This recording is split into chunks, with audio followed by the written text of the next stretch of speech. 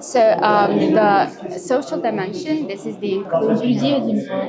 Европада ол социальный social dimension деп айтады, ол әлеуметтік өлшем дегенді білдіреді. Яғни барлық студенттерге бірдей условия создавать етілу керек. Бұл кісінің айтуы бойынша бүгінгі кездесу барысында қаншама эксперттер, сарапшылар жиналып отыр. Барлығымыз жиналып, осы именно Қазақстанда инклюзияға жасанды интеллектіні ендіру бойынша бір жаңа жоспарды жасап шығарамыз. Және тағы да бұл кісілер жиналып жол картасын жасайтын болады. Бұл кісінің ғана, сарапшының ғана ойлары ғана емес, және тағы басқа да біздің шетелден келген сарапшыларымыз бірге отырып, әртүрлі қырларынан қарастыра отырып бұл сұрақты, яғни жаңа жоспар, жаңа жол картасын жасап шығаратын болады.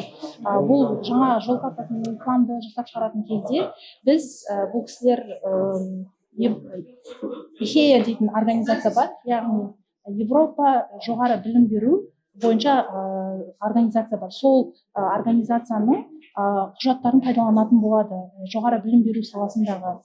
Және Қазақстанда қарайтын болсақ, соңғы жылдары именно жоғары білім беру саласында көптеген реформалар жасап жатыр.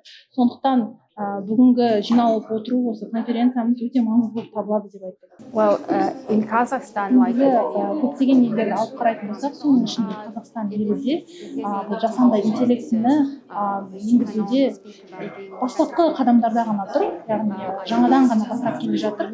Сондықтан біз жасанды интеллектіні жоғары білім беру саласына енгізу барысында біз олай, яғни баға бергеніміз әлі дұрыс емес. Сондықтан біз ол әр елдің контекстіне қарауымыз керек.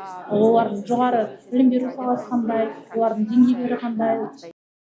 Біз барысында білім алушылардың қолдау көрсетуіміз керек, және білім беру жүйесіне оны систематикалық тұрғыдан, жүйелік тұрғыдан және жеке тұлғалық тұрғыдан екі жақты қарастыруымыз қажет. Және осы білім берушілердің, мұғалімдердің осы білім беру процесінде, сол білім беру процесін жеңілдетуінде соған мән беруіміз керек.